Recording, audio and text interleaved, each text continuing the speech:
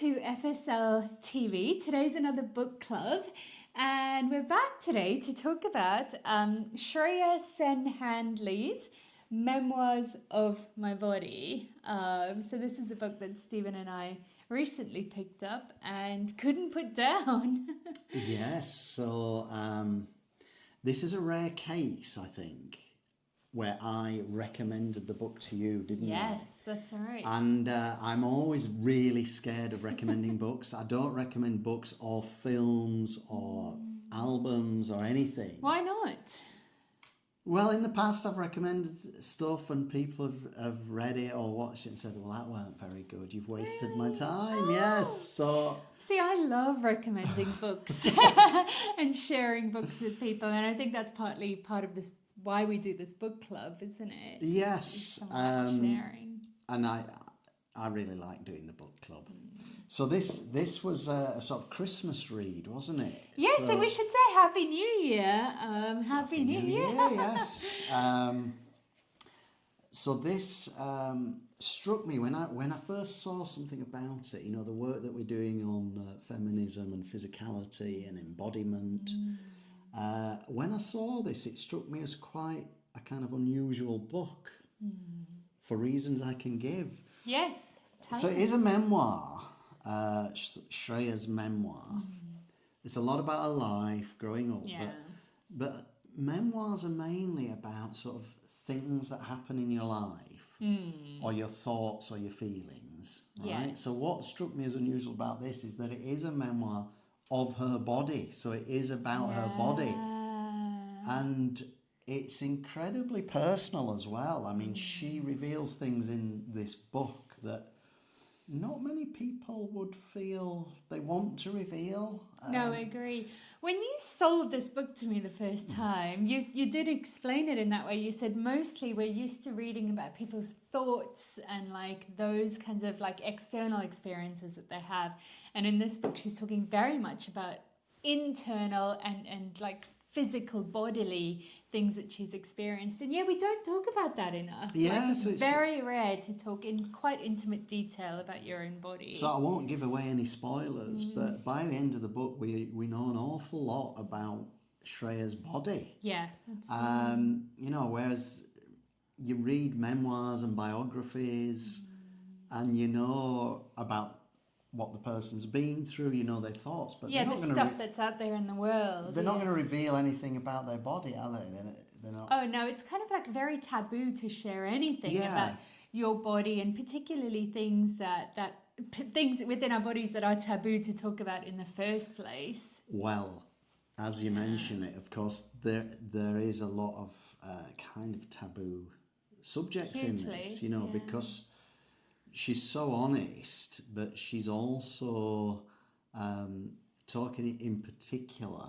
It's about a woman's body, and it's about some of the experiences that women have, and in particular, what I found really exciting and interesting about it. It's not so much about like a woman's body and all the problems you can have as a woman, like menstruation. You know, there's a chapter on menstruation, but it's then more about society's treatment to it, society's reaction to it, and you know, we all know about societies where women have been sent to menstrual huts and they've got to menstruate there. They're not allowed to touch raw meat and all this because they could turn it bad. So it's more about those societal taboos about a woman's body rather than just a woman's body. And that's why I really enjoyed it. There are two things that I think this book, why we're interested in this book.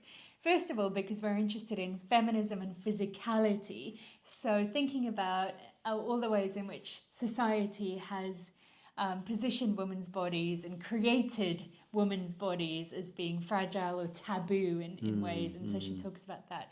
But the second thing that I love, and this for me is the best kind of feminist writing, is that writing that kind of connects the personal to the political. I think that was a bell hooks saying, the personal is political. And what we both picked up in this book is she will often start a chapter by talking about her own body, her own vulva, or her own menstrual cycle, or something like that, and then connect it to, as you say, these bigger ideas within society around how women's vulvas are seen, or are supposed to be, and that kind of thing. And that is incredibly powerful feminist writing, because I think for women, especially for anyone assigned female at birth, there is that taboo of talking about those things, and that you should be a certain way. Yeah, and that's another distinctive feature of the book. I feel I could never write a book anything like this, because of that, how personal it is. Really? Because I'm a philosopher, and we take the personal, or we aspire, whether it can actually be done, but we aspire to take the personal out of it. So in the philosophy books I've written, I never appear as a character in any of my books. It's not about me or my reactions. I'm just talking about some kind of supposedly objective phenomena. But I do completely respect this kind of writing, because, one thing you've taught me is about how you can sometimes be ignorant of your own positionality. Yes, you can be ignorant right. of your own privileges. That writing from nowhere, almost, not bringing yourself in, can say a lot. View from nowhere, as Thomas Nagel calls it. So you've had some really interesting experiences with feminist writing and with writing in the social sciences, where the author is very much brought in as a character, as a, like, this is my view and how I see things. And I think you've come to see how powerful that is, to read from someone's perspective. Indeed, and this kind of raises a very big issue that I wasn't sure whether to raise this in this book club. Interesting. And if you think it's a disaster, you can edit it out. No, but I think actually now I'm interested, and I think these are interesting conversations, or important conversations to have then. If you already feel like, should I be raising it? Because I think she would have felt like that when she was writing. Yeah, so some people have put to me, as a man, your position as a man who's sympathetic to feminist philosophy, for instance, right? So it's sometimes put to me that there's a particular standpoint that you could have as a woman. Yes. And say, as a man, you could never know what it's like to be a woman. So this view has been put to me several times in my life. I can imagine, yeah. Now, I've always been a bit sceptical of that argument, because I do find it a bit of a kind of dead end, So what I'd kind of say to it, well, first of all, it's kind of trivial in a way, because you can never really know what it's like to be anybody else. It's not just gender that stops that. It's just your whole experience. I can't know what it's like to be a non-white person. I can't know what it's like. I can't even know what it's like to be my next door neighbour. They've got a different lived experience to me. So there's a kind of triviality to it. You can never know what it's like to be another person. However, to be more constructive than that, one thing I've always admired about fiction and literature, the beauty of literature, is that it does allow you to see the world through someone else's eyes. Oh my gosh, that's how we learn empathy. Yeah, that's how you develop your sense of empathy. And so it's a roundabout way of, I wanted to get to the point. One thing I loved about this book, that really helped me as a man to understand what it's like to have a different kind of body, to understand what it's like to menstruate, and as well as physical discomfort that you could have with it, it's also dealing with that taboo and how you're treated for it. So I think it can be a bit of a dead end, bit negative to say you can never understand this, never understand that. That's the whole point of literature, to develop that sense of empathy. And empathy is all about seeing the world through someone else's eyes. Yeah. That is so interesting what you say there, because it makes me think about something else here, right? Like, it makes me think about the problem that I have with this idea that feminism is only for and only about women and should only be done by women, because that again essentializes all of these things as women's problems. Like that's women's problems. Us men, we don't learn about it, we don't ever hear about it, we don't talk about it, but women deal with that over there. Yeah. And actually, I think we both think that that's really problematic, because anything that is a problem in the world is a problem for all of us that we should be learning about and thinking about. And as we know now, I mean, people who menstruate are not just women. And so, you know, it does affect many more people. But as you say, those societal things are things that we can all work on, you know, breaking down the taboos and so on. So Absolutely. I love that you brought that up. I will be keeping that in. Oh, God. I didn't want to say something that was stupid or... No. well, But can I just one more thing on this? absolutely, Now that I'm thinking about this, that is really another interesting point here, is that you say but I mean, society kind of says, as a man, you can't do this work because that's woman's stuff over there. But equally, on the other hand, you just said earlier that philosophy kind of expects that you should write as the neutral, kind of person from nowhere who has no view, and is just like reporting on the facts. That seems a real tension to me, because it's kind of saying, well, you can't do either of yes, you know. absolutely, yeah. So Interesting. I, you know, partly under your influence in the last few years, I'm far more interested than I used to be in philosophy that does bring the subject in, you know. So there are traditions in philosophy, like the existentialist tradition. Of course. And that explains why existentialism was often written in the form of novels. Yeah, rather than, fiction. That's right. because it absolutely respected that point of view on the world. And I guess we should say, we haven't given much background yet. No! We haven't given much But background. that shows that this kind of book has much bigger conversations. Yes, because it's more than just being a woman. So Shreya Sen-Handley grew up in India. So she her early life was in India. Then she travelled a bit. She's been other places, but she did end up in England. And so it's also, a lot of the book is also about not just being a woman, but being an Indian woman. Yes. In a predominantly white country. Yes, very much. And those experiences we have. So it's, again, what I was saying about, you know, we're kind of all unique and we've all got our unique perspective on the world. And you know, and so she goes into, again, detail about a physical body. So she explains that I think she says she's short. I don't know tall exactly. I loved the bit where she talks about her crooked teeth, for instance. Yes, that's right.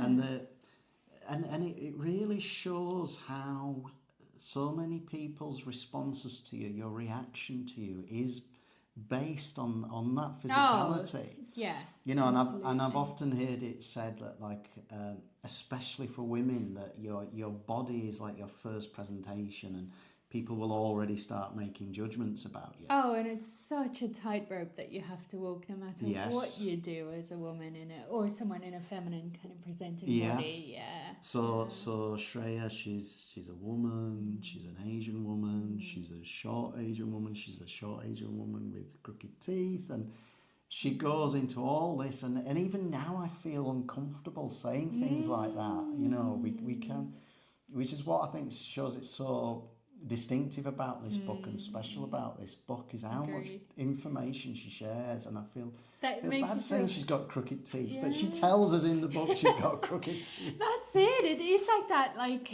you know, and those are just the most simplest of examples that you give. Of course, she shares a whole lot more.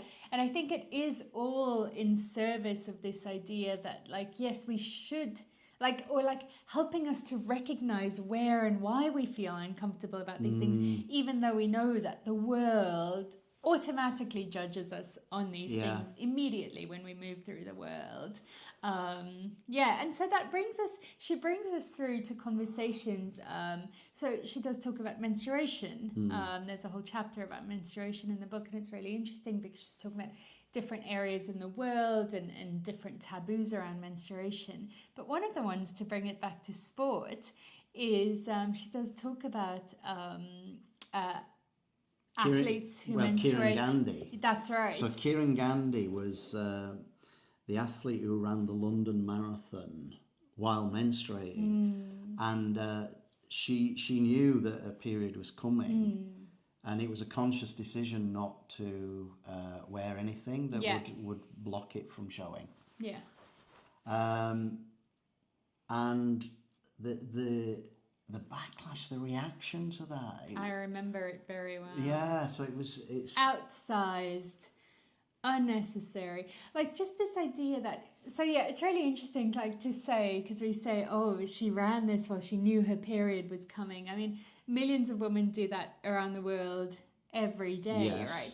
But yeah, that expectation that you will be using some sort of period product to make sure that your period will never show, even when, as we've seen, like with the Lionesses, for example, they talk about how difficult that is when they're being forced to play in white shorts, or like at Wimbledon where you have to wear white, like those kinds of things. I know. And so, like, you're like put in this bind where you Yeah. have to wear these really tight white clothes, but you're not allowed to bleed through. That is like the ultimate taboo. And so this athlete just went, you know what, if I bleed through, I bleed through. It's like, that's just what happens. We sweat, we spit, all of these things when we're running. This is just another thing. But the media kind of almost backlash to that. Well, a woman daring it's to such show a taboo something that's happening to every woman, very often. To visibly menstruate is one of the ultimate taboos in many societies. Oh my goodness. But you're right, it's a bind, because in sport you've got to wear clothes that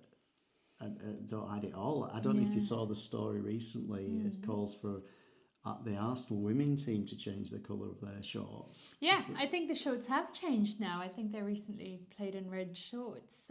Did they? Yeah, which is unusual with the Arsenal kit. And also on the same bit, there's is it a poet, Rupi Kaur? Yes, yeah. Who posted a picture, was it herself menstruating? Yeah, it was a picture of herself. herself. She posted it on Instagram. She had waking up after having slept through the night and having bled through her pajamas, and then she posted a picture of herself, in bed in those pajamas. And it was taken down. Again, which is an experience that is so common to anyone who menstruates. Like, the amount of times that happens. And this was posted on Instagram, and it was taken down for violating some sort of rules. And again, she was in her full pajamas, not showing anything except for this really normal bodily function. And the reaction to that also was really It is pretty incredible, because we live in a society where I could go online, or could go buy a DVD and see any amount of blood. Any amount of gore. I mean, the kind of Blood, things that are gore. showed on the news these days. But one horrific. drop of menstrual blood is considered absolute taboo. Absolute taboo, taken down, not allowed to show that. It's really, really interesting to me. So I love the way that Shreya writes about this and illuminates that as like a thing that's happening in the world and that we should be aware of. She's also talks about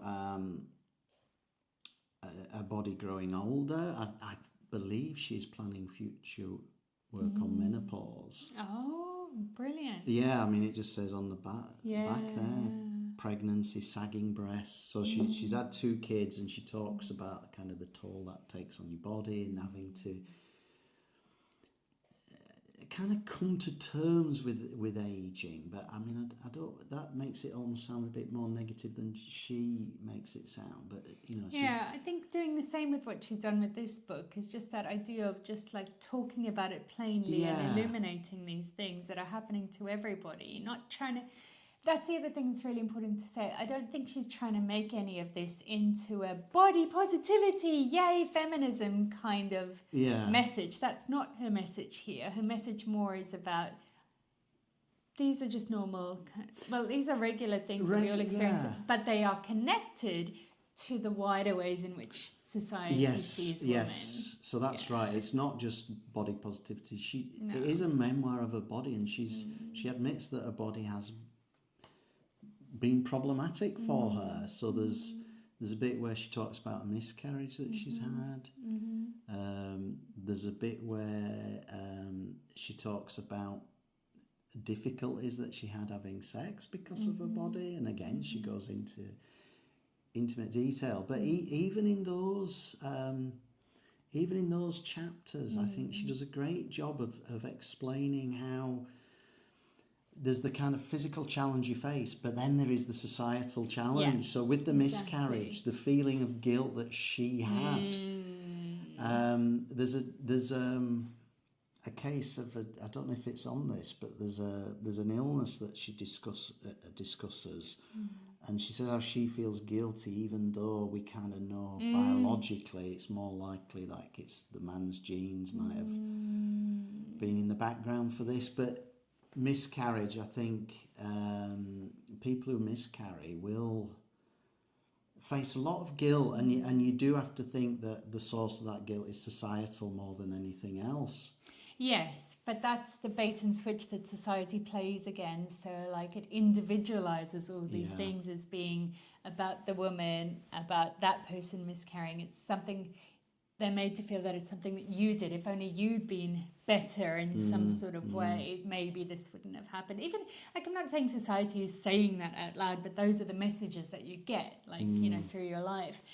And so, yeah, she subverts that and shows how, like, by talking about her individual experience, again, she shows how actually these are societal failures, not individual failures. Yeah. And so it really brings out the misogyny and how it impacts every aspect of your life, but also absolutely how it individualises it.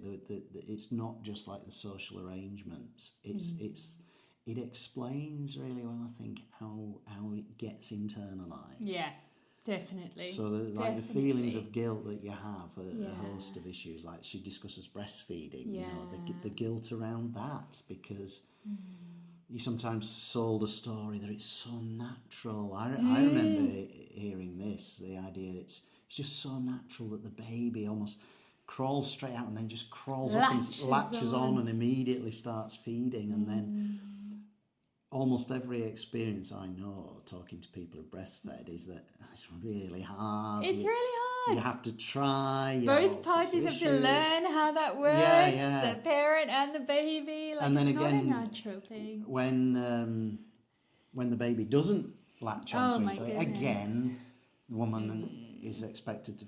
Well, they're not expected, but they feel really guilty because of all those expectations. So it is that kind of moralising that goes on, especially around women's bodies and people who are assigned female at birth, that there is a whole moral element to how your body is meant to behave and what it's meant to be for. And this comes back to, again, our stuff about sport and what we've written in Open Play is this idea that women's bodies are meant to be for procreation, and that is her role in society. And anything that her body does or that she does that doesn't make that perfectly possible is the ultimate taboo and the ultimate failure. Yes, she's seen as a failure, to be a failure as a woman. So yeah, when you were talking about, she talks about her difficulties with sex, in a way that's again a very universal experience, but women in particular are made to feel like a failure if you can't have heterosexual sex that eventually leads, the point is to lead to, I guess, procreation. So there's a whole moral weird thing about it too. Woman, this like societal idea of women and their bodies is fascinating to me. So we picked on a few things there. So just to flag up, there's a host of issues that she talks about, and maybe we won't go into those. And I don't know if that's because we feel uncomfortable going. Definitely. But there's chapters on masturbation, there's a chapter on a vagina, there's a chapter on breasts. That's right. There's a chapter on losing her virginity. And you know, she goes into intimate detail, but it's the sort of thing that so few people are prepared to put out there, their own stories as well. That's so right. I'm very happy that Shreya's done this. And there's something I wanted to say at the end, actually, but I don't know if you feel you've got more that you want to say. No, I think I agree with you. There's so much that she talks about, but it does feel uncomfortable for us to talk about those things in detail. So I like that we've kind of. But it shows what a remarkable book it is, and what remarkable honesty that she's put into it. So why don't you end with? Yeah, well, well, first of all, on the book itself, right? So Shreya's quite a well-published author now. I think she's got 4 or 5 books, including books of short stories. And she has some pretty good publishers. So this is HarperCollins. But I know she's writing a book at the moment for Penguin, so that's going to be huge. But I'd also say it is HarperCollins India. So I don't know whether all the books are published in India. But so this copy, I did just actually get this off Amazon. I don't like getting books off Amazon, but it did actually come from India. So Memoirs of My Body, Shreya Sen-Handley, and it cost 350 rupees. There we go. Which was about 10 quid or something. But what I did want to say as well, I do know Shreya a little bit. Did you know this? Personally, no. Yeah, apparently we met. Oh. So what it was, so this is almost like a bit of an advert. Yeah. I think we met about 10 years ago because we were both involved in Nottingham's UNESCO City of Literature bid. Oh. So I was on the board that submitted the bid. Yeah. It was led by a Nottingham author called David Belbin, but I was on the board because at the time I was Dean of the Arts Faculty at Nottingham. Oh, that makes Nottingham sense. Uni, and the universities were behind the bid, and Shreya was an ambassador because she lives near Nottingham, I think.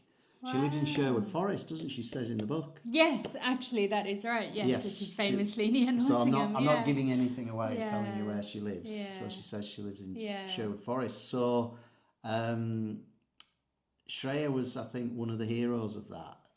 Wow. So I don't know if I've told you this, but I lived in Nottingham for about 20 years. And it's one of the things of which I'm most proud because Nottingham is a UNESCO City of Literature. Oh, so that was successful then? It was a successful bid, and once that status is given, it's held in perpetuity. Wow! Oh my goodness! So Shreya was a hero of that, and other people. I'm not going to say I was a hero of it, but I feel proud to have played a small role in Nottingham attaining that Who knew, status. however many years later, that we would find this book? Yeah, I mean, I knew she was a writer, but this book's only a few years old, so this hadn't come out. And so when I saw Shreya had written a book that seemed so relevant to what we do in FSL and this project we've got on feminism and physicality, I thought, we absolutely have to read that. And it was so worth it. Totally. Something else personal. Sorry, making this all about me. No, I love it. This is actually, believe it or not, this is the first book I've read on Kindle. So when I ordered Your first ebook. Yeah, well, I ordered it just before Christmas, and I'd pressed order, and I saw it said something like it takes 2 weeks to arrive because it was couldn't wait coming 2 from weeks. India, and it was Christmas, and I thought I can't wait. So the same day, having spent £12 or something. I You had to pay ordered another the- £5 to get the Kindle, but then I read it over Christmas, and it was such a lovely, easy read as So well. nice. Yeah, I've read it on Kindle as an ebook, and I do think there is a really helpful place for ebooks. I think it makes books a lot more accessible for a lot of people because it's Yes. a lot cheaper. You can download immediately and read. And you don't have to, because you've seen my office at work. I've got books everywhere, and I'm getting to an age where I'm thinking, what am I going to do with all these books? Yeah, But that's yeah, right. you don't have to worry about storage space. No, do you don't. And I often what I do is if I really then like a book on Kindle, then I will, if I want a real, like a physical copy of it, then I will find an independent bookstore and buy it from the independent bookstore. Because we do, even though we've been mentioning the evil place a lot today, we actually are very much for independent bookstores. Absolutely. Yeah. So yes, first book I read on Kindle, but I'm glad I've got a hard Wow. copy. And Yes. if I see Shreya again, I'll ask her to sign it. Definitely. Yeah, because Lovely. if people I know have written books, I Yeah. always ask them to sign it. So on that note, I think we'll end it there. Yes. So we highly recommend this book. As we say, it's a really nice read. And if any of you have any comments, if you've read it or have any thoughts on books that we should read, please let us know.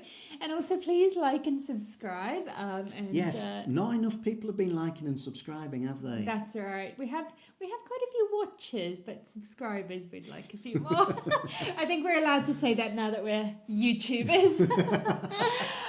So we'll see you all next time. Bye-bye.